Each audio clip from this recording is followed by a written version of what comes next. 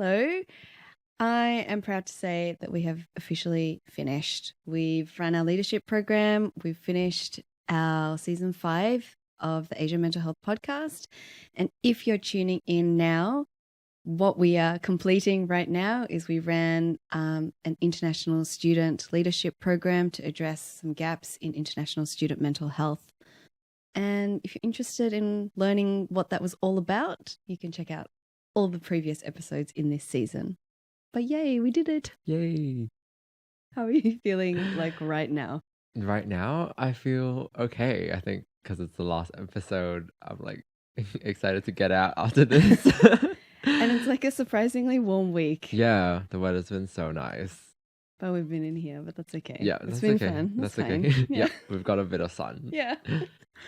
But this week I felt really tired. I think you felt tired too, but I feel like it's kind of like picked up a little bit near the end. Yeah, we did well, hey. Well done to us. Yep. We're like we sound flat, but we're not flat. It's just like, yay, we did it. You know, like a calm, grounded. Finally. Yep. Yeah, we did it. Yep. But I feel like we learned a lot of things during this process of creating a mental health leadership program for international students.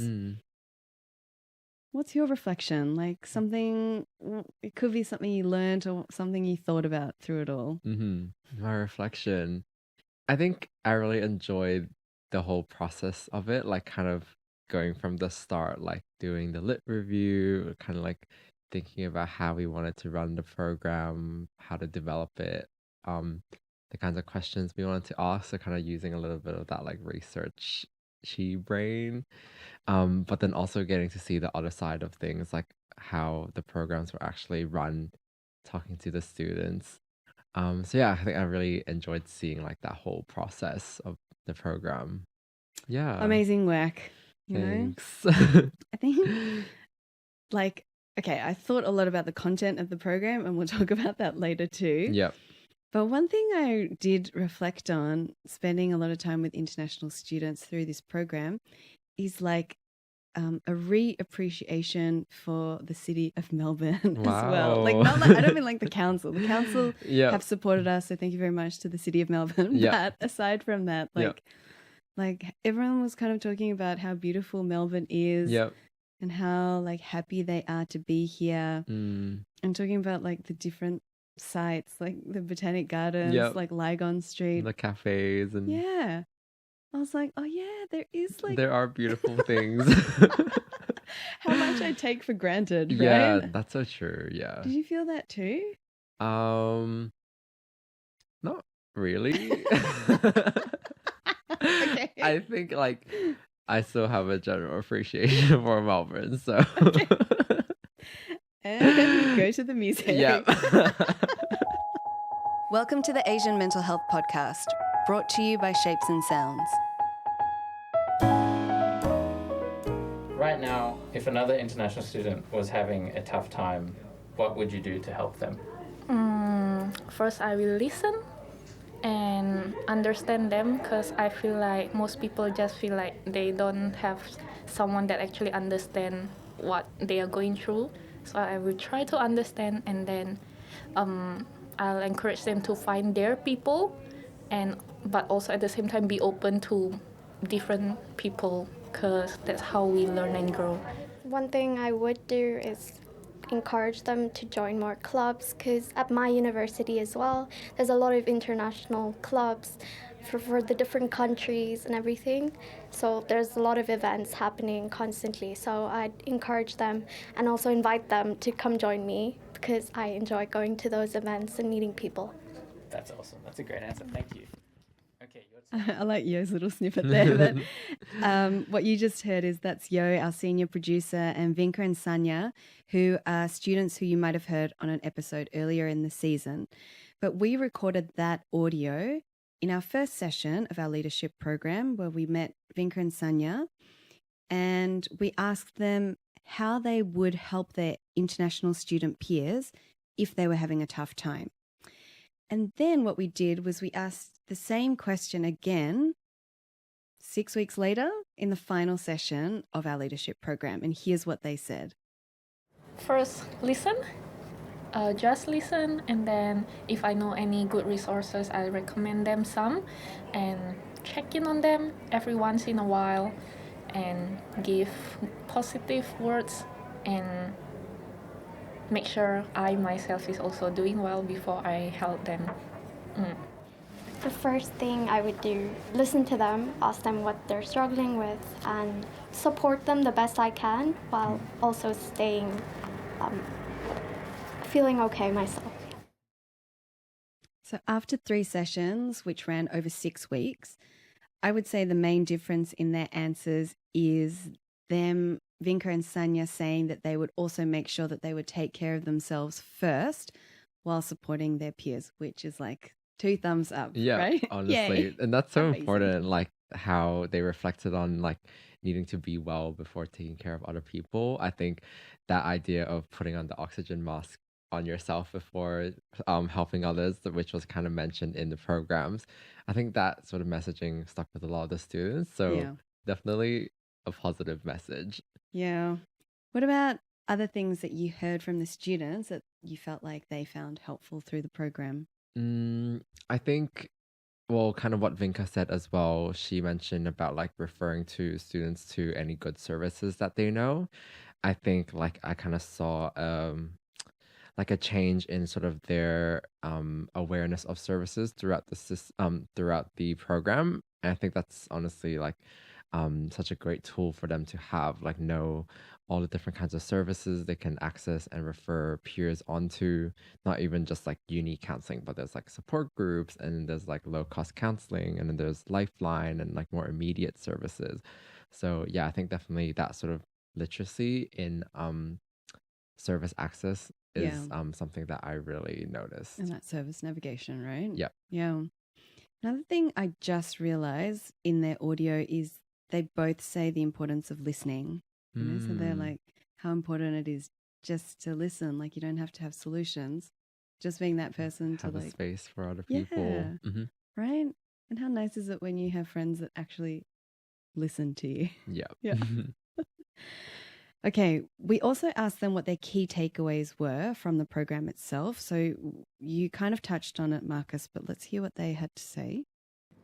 I learned that being a leader is not about being bossy, it's more about giving more empathy, listening, and then give back to the team, and that's how people will be more connected to you.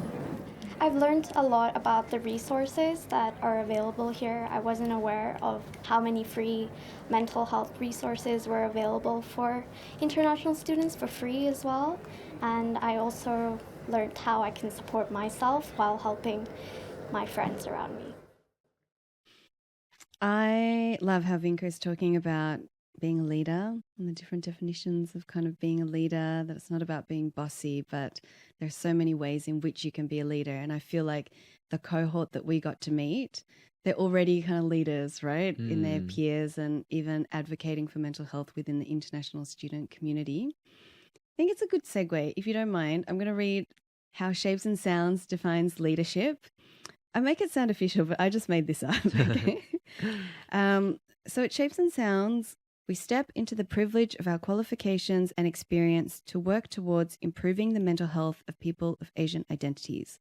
We learn, we take action, we reflect, and we repeat so that we can inspire change within ourselves and our community. And I really tried to share this with everyone in the first session, which was probably very overwhelming to all the students. But it's like this idea that you don't have to be anything to become a leader, because what you have to offer to the world, if you can kind of share that in a way that creates good, seeks for change and seeks for a better world, then that in itself is leadership. Like, you don't actually have to change yourself. You just need to let all of that stuff that you've already got come out and support others, right?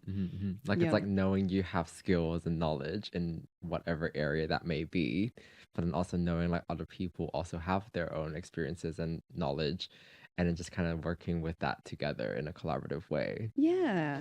Right? So what do you think leadership means?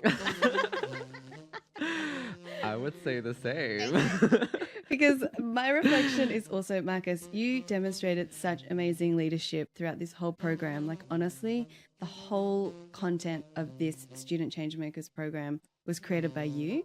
So, well done. Thanks. Well, you did support me a lot as well. So. Oh my God, I did.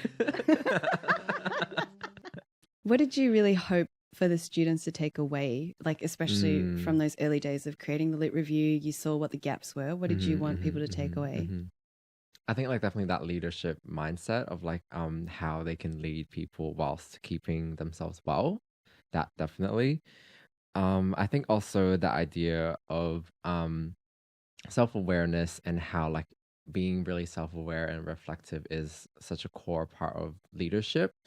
Kind of I think a lot of the students were really appreciative of that opportunity to think about their own experiences here as international students, and how those questions about culture, like they might not have thought about before, but yeah, I think a lot of them really appreciate that opportunity to think about those things and like grow as leaders as part of the program. So I think I really wish that that happened, and it sounds like it did. So I'm glad. I really think it did. Yeah. I think people made some really strong connections too. Mm. And I heard that they have like another Like a WhatsApp little group or WhatsApp something. group, or they're Yeah. gonna hang out. Yeah, find community. I think that was also another thing. Yeah. Yeah. That's so important, right? And especially we heard throughout this whole season too, like loneliness and not being able to meet people and make friends is such a huge theme. So well done to us. Honestly, well done to us. Honestly. If only other services did what we do. I know, right? Yeah. And it was 3 sessions, honestly. Yeah. Anyways, yeah, I think a lot of the students also reflected on how through the learning kind of component of the program, they learned a lot of practical information about how to help other students. So we'll hear some of the students reflect on that now. I think my key takeaway is I definitely get more tactical strategies and like something that's very practical. Like they actually give you sample question styles. Like for example, they give you those like what kind of question you can ask people to actually let them to self-reflect. And if people answer this, how could you respond? I think I really like that part. Yeah, I think that's so important, right? I feel like a lot of resources are always like, uh, your service needs to be culturally responsive, but then what does that mean? Or it's like, try to listen to your friends when they're upset, but what does that mean? Like what can I say to them? Like what are the exact words? I think like having that skill and that knowledge is so important. And like yeah, like not everyone knows how to like show their friends that they care, and that's okay. Like it's like especially coming from an Asian culture where we don't talk about our feelings, not a lot of people have that vocabulary. So I think yeah, it was great to hear the student reflect on them finding this part of the training helpful. Yeah.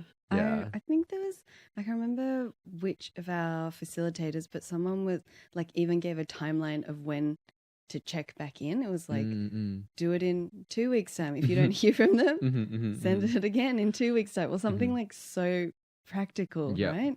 So it's not like you always hear like, oh, don't forget to check in on your friends, but it's like, in what frequency? Yeah, like how pushy do I have to be? Yeah. Yeah. That was so helpful. Yeah. And I think like, I guess like, obviously like it sounds a little robotic to be following a formula, but I think a stepping stone like this so that people know a general way to help other people. And then over time, like, yeah, they can develop their own confidence and their own vocabulary of how to help people. So I think having this basis of vocabulary for providing support to your friends is so important. Yeah.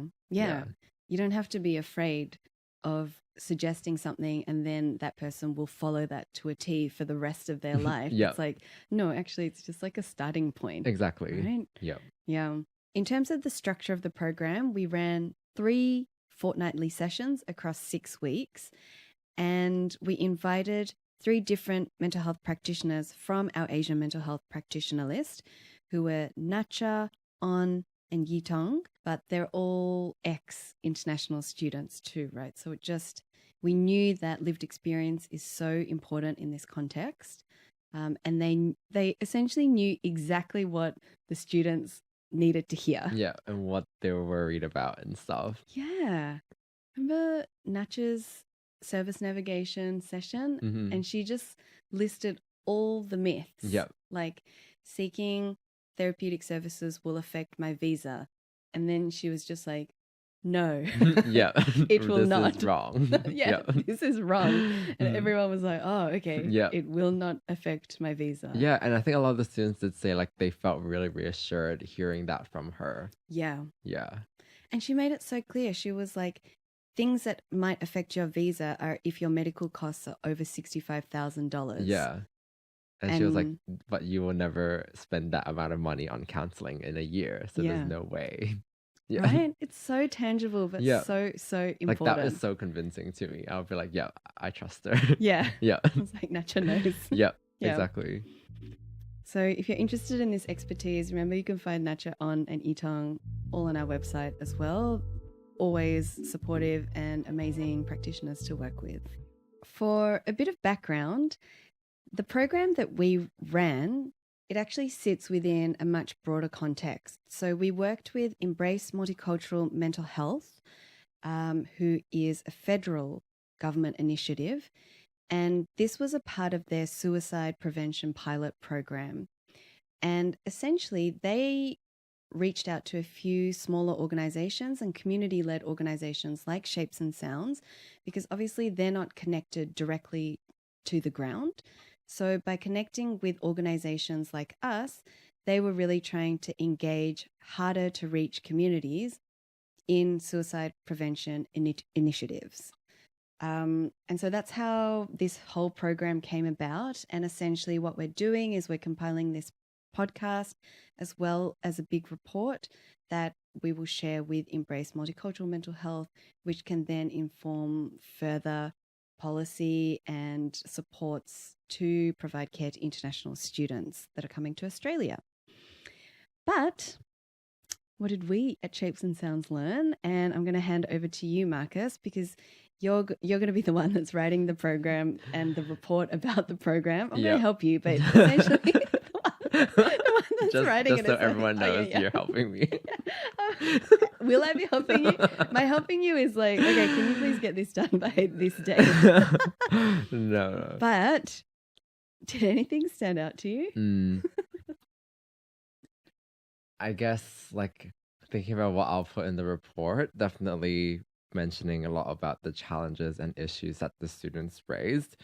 I think the key sort of challenges that were front of mind for me that I can remember are like the struggles with finances. So like I guess services are expensive and then not knowing if they're gonna get there's money's worth out of these services. So finances being a big thing, and that kind of bleeds into issues like accommodation as well, and also like even like accessing like social events and stuff. So like just overall finances as an and, like, overall Mikey issue. and- Just like sorry, just like overall like accessibility to stuff.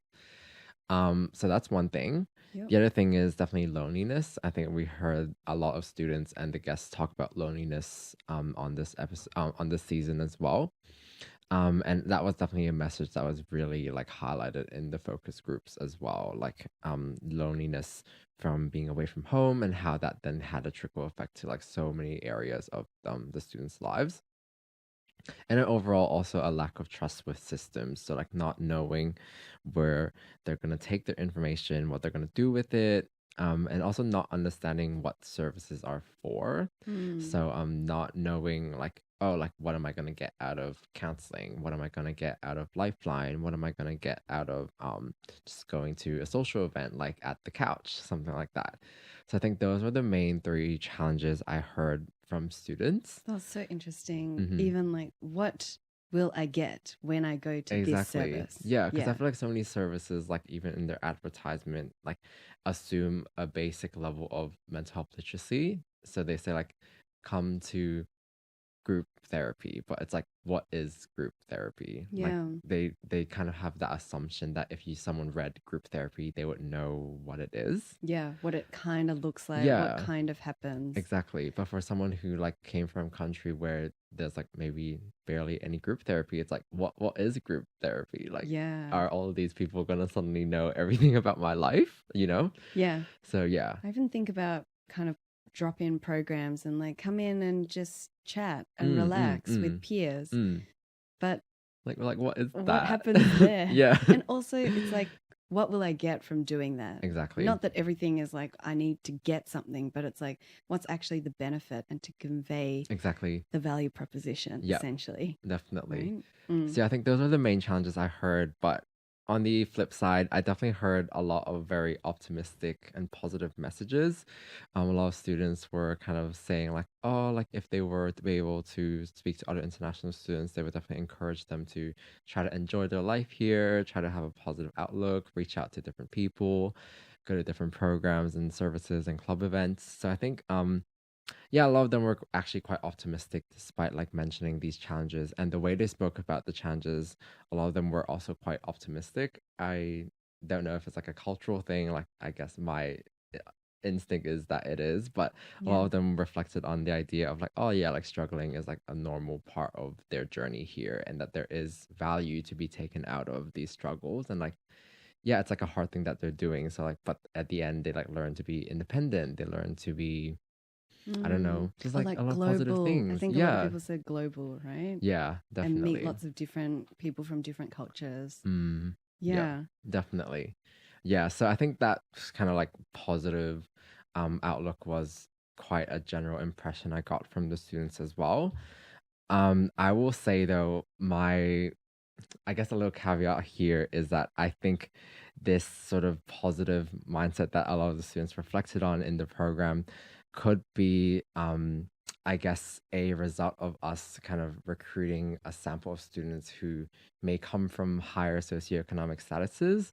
A lot of our students, or like I think the majority of our students, were master's students. And I think even just the way we advertise the program, we're like, we want leaders. Yep. We want students who are engaged in the community.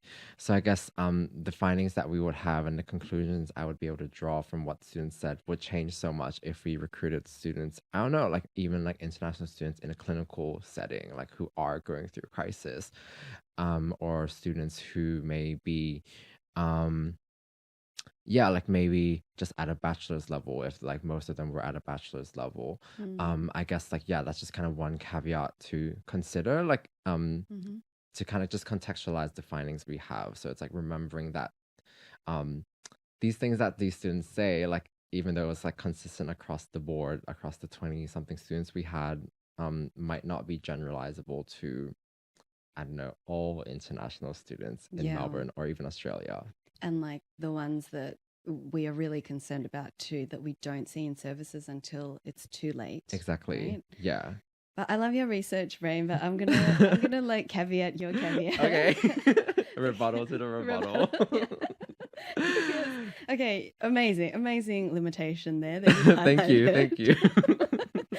But I think in reality, it's like as a small organization like us, as a small initiative as well, like we got to reach the people that can be reached, and we have to speak to the people who are open to these conversations. 100%. And they're the ones that engaged, and we knew that we wanted to resource these people who are proud to be advocates and leaders in the international student community, to resource them, and then they will have a ripple effect through their friend group, and then maybe someone in that group will then be like, hey, where did you get that resource? And then that information gets shared, and then that like trickles down to all different friends groups and reaches like a whole bunch of international students, right? Like we wanted the community that was kind of ready for the convos. Yep, and definitely. As a service, like what else can you do, right? Yeah, no, definitely. Yeah. And I think that's like, this is kind of like the first program that, I mean, at least I know of, that's done something similar for like Asian international students, I feel. I think so. So I think, yeah, like definitely, like we had to start somewhere, and they, even just this group, gave us so much valuable information about like where we can go in the future, like how we can like think about future programs, Yeah, etc. yeah. So Tell me about some of tell you- those, like okay. moving forward. What can Okay. we do? Yeah. I guess I did spend a lot of time thinking about like, what does all of this mean from the students, and like not even just thinking about what they said in the program, but just like how they engage with the format, like how they engage with this group setting, this very peer-to-peer format. And I think the level of engagement in the program was very high. So that kind of told me that, oh, like a future program that is run in this kind of very on the ground, like you're working with peers, you're not working with like within a very scary clinical setting with a therapist. I think this kind of setting is very helpful and like probably more engaging for international students. So I think moving forward, my advice and like Yeah. my conclusion Yeah.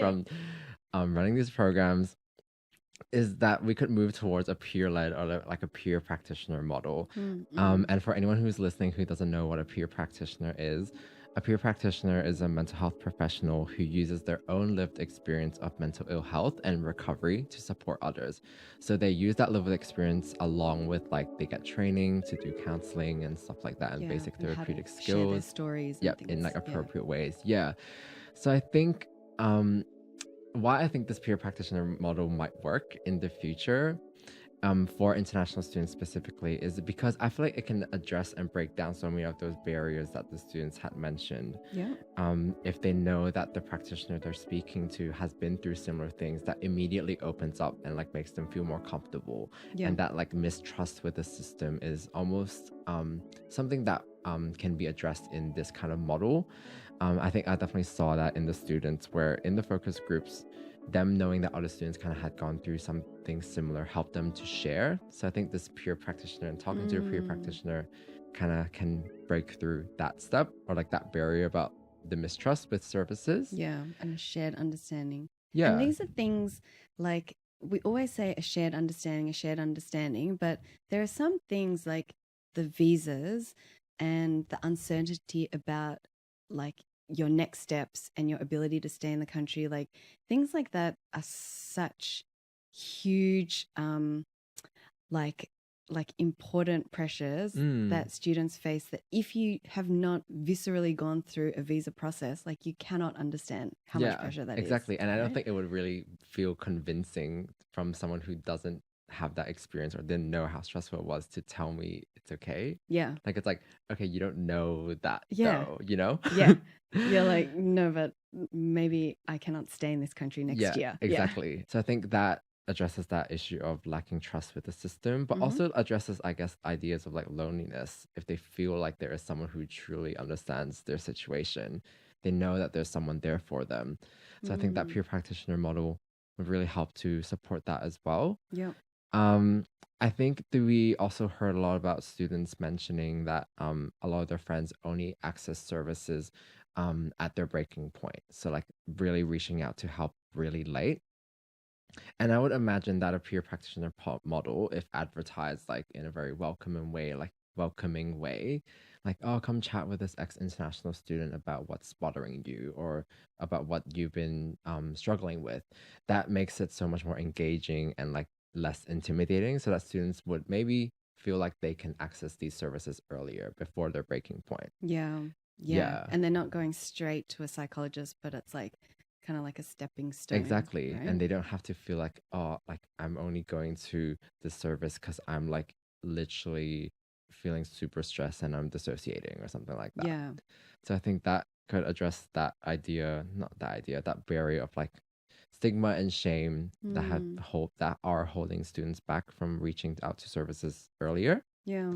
So yeah, I think that was kind of my takeaway from the program itself. I think it's important that we give more international students the opportunity to train as peer practitioners and then really leveraging their own lived experience and using that as part of the model of care we provide to international students. Yeah. Yeah. So it's kind of like our Student Changemakers program, but shifting that into the certificate for peer And practitioner. like a real model. service that people can access.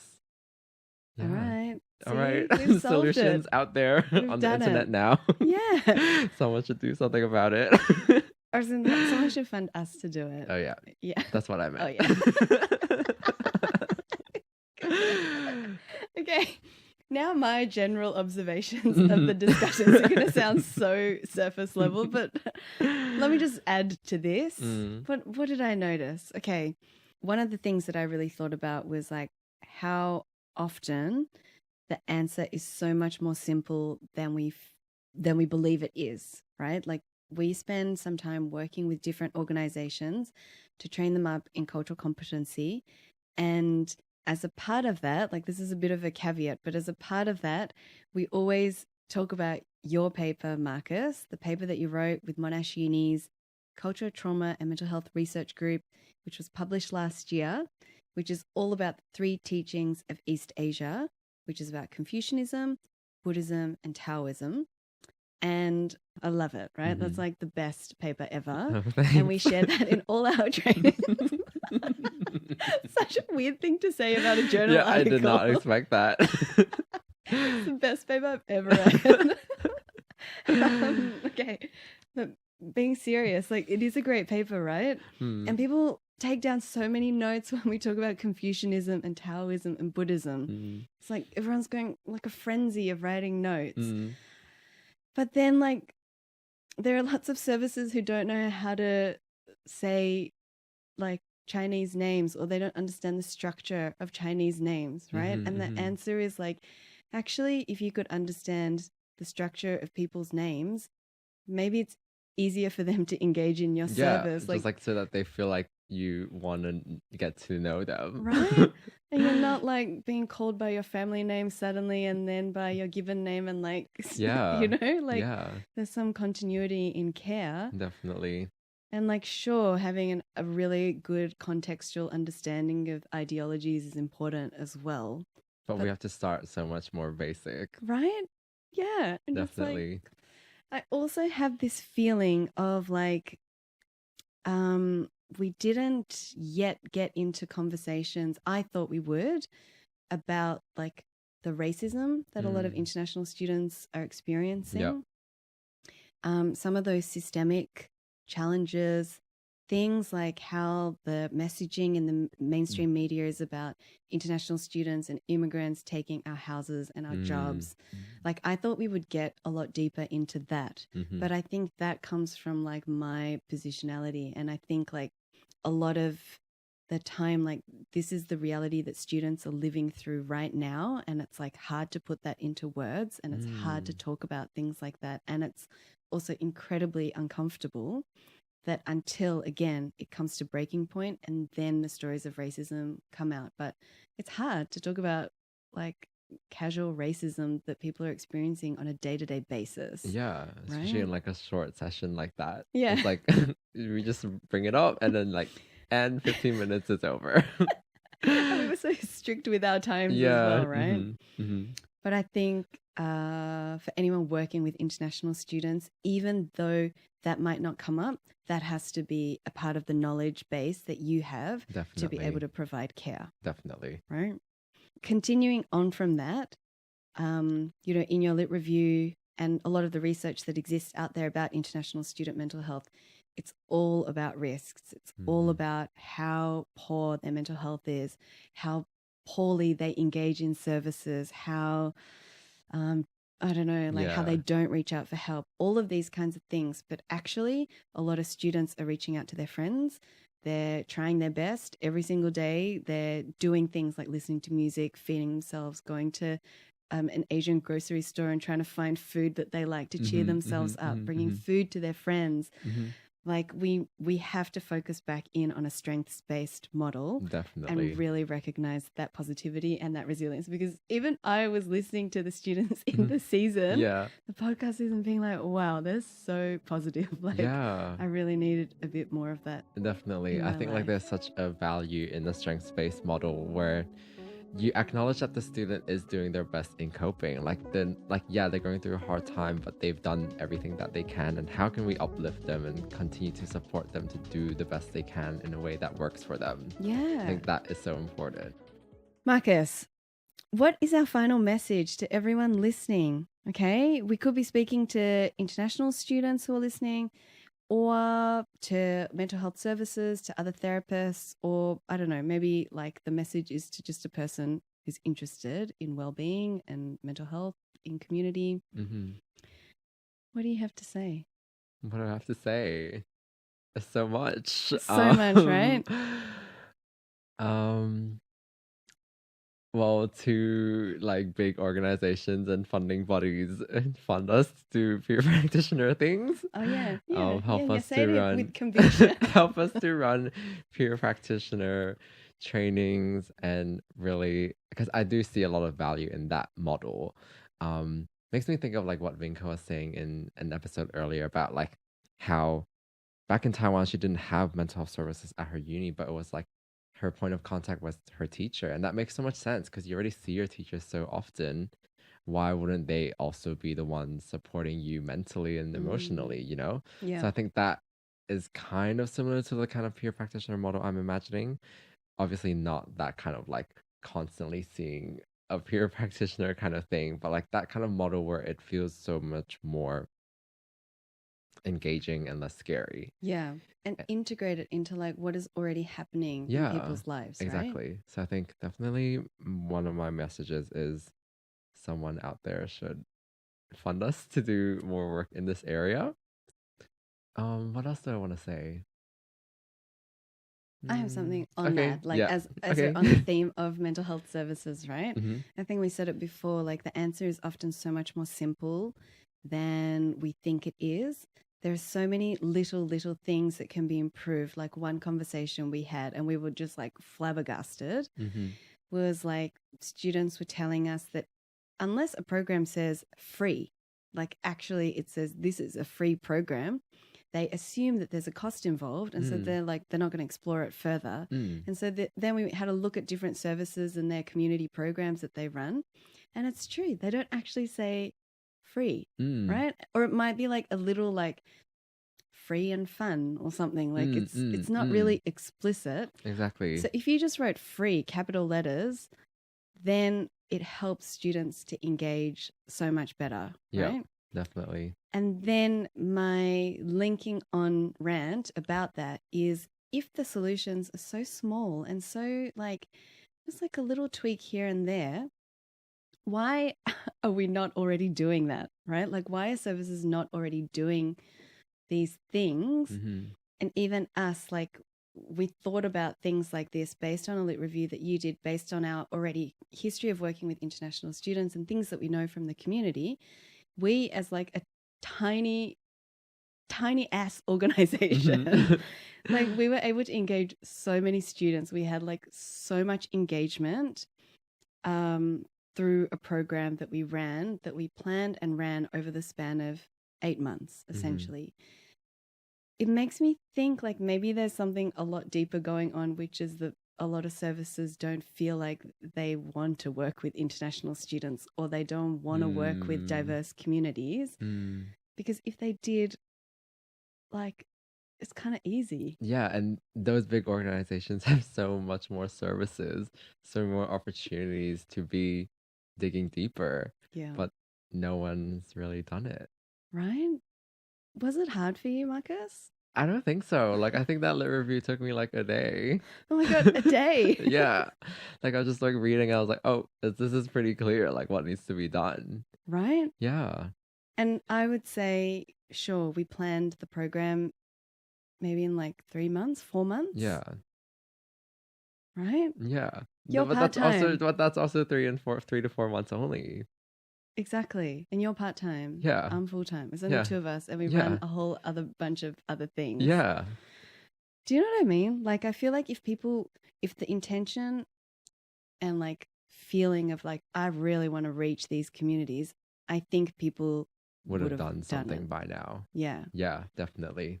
And like a lot of easy things that they could have done, like what you said, like just how they advertise the programs. Yeah. Like how their space is set up, like just little things that could have been done that I don't really see across many services. Neither. I think it's true not just for international students, but migrant populations as well. There's a big shift on cultural competency in the psychology profession coming forward from December last year. But I think if people wanted it... Say it louder.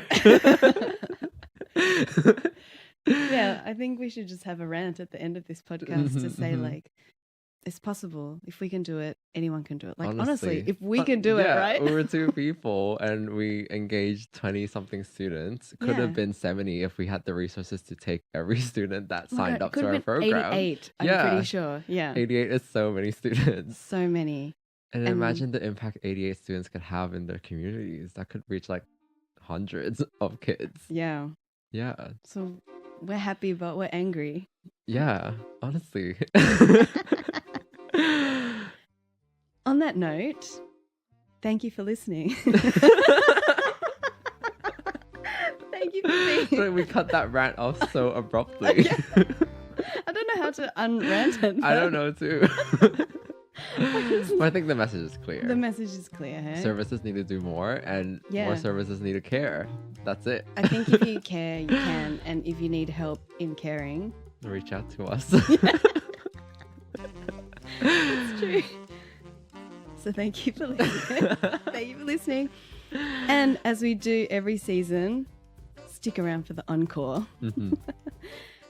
Hi, Asami. Hi, Marcus. Hello. Hello. How are you feeling? Good. Good. Good. Yeah. At the very end of Delirious? season 5. Yeah. Yeah. Season 5. Wow, we didn't. Okay. We were just talking about the delirium we're all feeling. Mhm. But I think you've all done really well this season. It's been a Thanks. very smooth, pre-production and recording thing. We've had a lot of new voices on the pod, in addition to the practitioner guests that we usually have. We've had a lot of students who are currently studying now. So a lot of like transient movement within the process of making this season. I would love to hear a challenge, a highlight, and a surprise from all of us about the making of season 5 of the Asian Of the Mental Health podcast. Podcast. Yeah. Okay. Okay. I can go first. Yeah. I think so. It was a challenge. Mhm. A challenge, I think, was definitely, this is so not podcast related, but a challenge, I think, was that because we are having these full days and I live far from the studio, it has kind of disrupted my training routine a little bit. So That's important. You're saying like my it's routine weird, is but kind it's of, yeah, very important. but that's okay. Like I have other days to catch up. So Yeah. Do you mean running, training, or running and Gym, gym, yeah. I think, yeah. So But you like still got just everything in. everything, kind of, You do Wednesday and Thursday yeah. and today. Like a shortened version of my routine. Yep. Just try to squeeze it in where I can, but yeah. But overall, it's still okay. I think like because the weather was so nice, like I didn't like really hate waking up early as I usually would. So I guess that would be my highlight, like the good weather. Yep. We had just like the most beautiful like 24-degree week here in Melbourne with sun, not a lot of cloud and all No. that. it was so nice So actually. that's my highlight. My surprise, I think, I think hosting 2 guests was not as hard as I anticipated. I initially thought I was gonna be really struggling, kind of dividing my attention between the 2 students. But actually it worked out okay because I think like whenever I didn't know what to say to one student, I could kind of direct to the other student. I don't know if we want to keep this part into No, let's the keep it. podcast and Yeah. the students knowing this, but yeah, that was Division kind of labor. that was, kind of my thinking. So that's my surprise. Like worked better than what I had anticipated. That's very nice. I think it's strategic because, or maybe unexpectedly strategic, because it's like to make more room for student voices on the podcast. Naturally, you two have to speak less, right? So that's fine. Thanks. That makes sense, yeah. Justifying it for you. Yeah, thanks. For me, Mm. a challenge was I didn't think I was quite 100%. Every day I came in being like, I'm so tired. I'm so tired. And I really honestly felt so tired, but I really enjoyed it, but I felt tired. And I think it's because I was quite sick a few weeks ago with shingles. I don't think I think I'm recovered, but it's like quite a lot physically 4 days. Yep. So then I don't think I was 100%. So that's why I felt tired. Yeah. But I still enjoyed it. Don't worry. Mhm. That was my challenge. Mhm. My highlight was, this is a question that Marcus asked the group last year at our Christmas party, but it's like, what's your ideal number of people in a group situation that you like to hang out with? And most days we were with 6 people, different groups of 6, but 6. And my favorite configuration is 6 because it's like a lot of people, not too many. You don't have to talk to everyone. The way people divide up is quite easy as well. You can have 2 groups of 3, 3 groups of 2. You can have like a group of 4 and a pair. Like there's lots of many configurations. That's so true. I didn't think of that. It's a lot less pressure than 4. So it's Yep. like you're in a group, but you don't have to be so deeply engaged. Like for me, 2 is hard. Yeah. Yeah. That was a highlight. A surprise. This is thanks to the wonderful Delaney, who who I have always looked very awkward in photos, and I never quite understood why. I just thought like it's just hard to take photos. And then Delaney she looked at a photo of me and she like zoomed in and she was like, look at how weird your arm looks. And it's true, my arm was so weird, and she was like, what's wrong with your arm? And so that was a surprise, but a pleasant surprise, because now Now you know. now I know, now I can fix it. It's going to be more awkward. You're going to always be thinking about Super your arm. conscious about your arm. No, but now I know you shouldn't put it in front of your body. You should put Okay. it behind yourself or other people. It's because I'm always arms forward. That's so funny. That was a That's so surprise, funny. but a pleasant surprise. Yeah. What about you, Yo? I mean, I always feel awkward in photos too, just so you know. Okay. So it's like- Maybe it's your I never arms. know what to do with my arms either, so you're not alone. A challenge for me was, I think, during the leadership program, I really wanted to collect student voices directly and talk to the students directly. And I didn't realize how little time I had to do that.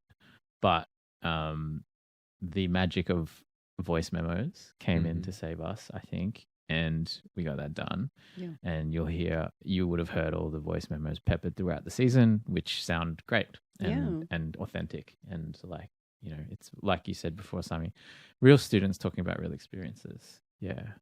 That is kind of also my highlight, like getting to work with recordings from different sources. So both voice memos, and I did get to record a few of the students on location when you ran the program, and that was super fun and a great experience for me. I haven't really done much of that, so that was quite nice. And then a surprise was we got so much interest from students in being on the podcast as guests, and that was kind of a little bit of overwhelm, because it's like, oh, well, I kind of want to give time to everyone, but how do I do that? Yeah. But yeah, once But you again, did it. voice you memos, rostered everyone Fixed everyone on. into voice memos, schedule. rostering, all of that. Like we did our best to capture Yeah. it. So and now we're here, and I'm really proud of what we did this season. I think Yeah.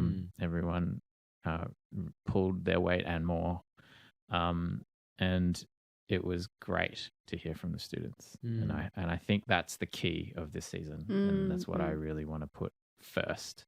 The last thing, this is kind of a question mostly for you, Asami, as our fearless captain. What does the future of the Asian Mental Health podcast look like? That's a great question, Yo, because at the moment, this is the last season that we have on the books, as in all of our seasons have been funded up to this point. So thank you to the Department of Health, the Victorian Department of Health, and Embrace Multicultural Mental Health for always sponsoring our podcast seasons. So we need more funding, is what I'm trying to say. If anyone is interested in supporting us to continue conversations about mental health within Asian communities, please reach out.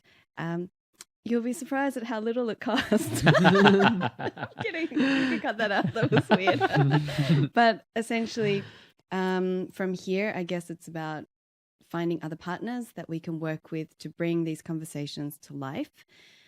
But we won't be doing it in the next few months because Marcus will be away overseas on his gap Traveling. 4 months. Gap Yeah. 6 months?